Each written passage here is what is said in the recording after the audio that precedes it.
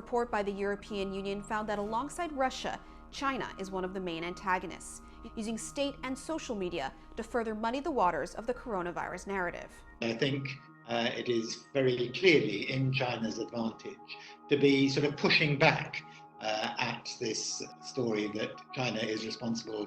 There are sort of three big areas that the Chinese wish to cover in putting across their message. If you watch or read Chinese state media, you'll get an overall rosy picture of how the Chinese government has tackled the virus. Prospects for the country's tourism revival are looking strong. State media is also promoting what's been dubbed face mask diplomacy, China sending much-needed supplies and expertise to countries struggling with the pandemic. Meanwhile, a shipment of personal protective equipment and medical gear from China has arrived in Scotland. The Chinese narrative begins with the lockdown in Wuhan, and so far as we can see it, the effective response that they have had. So they sort of start the story somewhere else, really, and resist any attempt to push it back to its origins.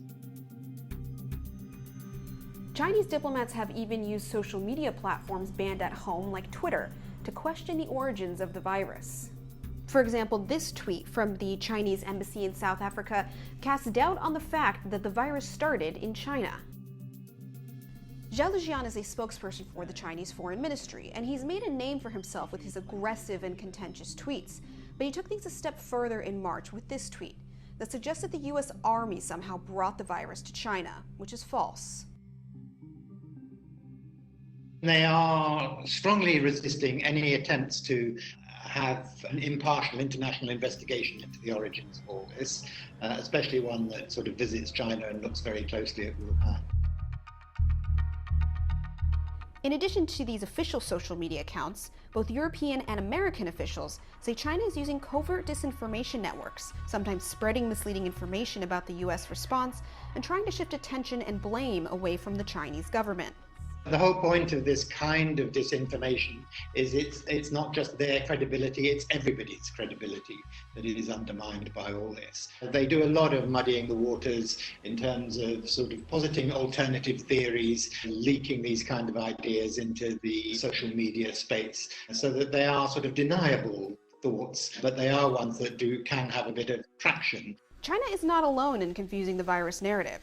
U.S. President Donald Trump has shared dubious medical claims and unverified origin theories that have been amplified by sympathetic media outlets. And China itself has strongly denied these allegations.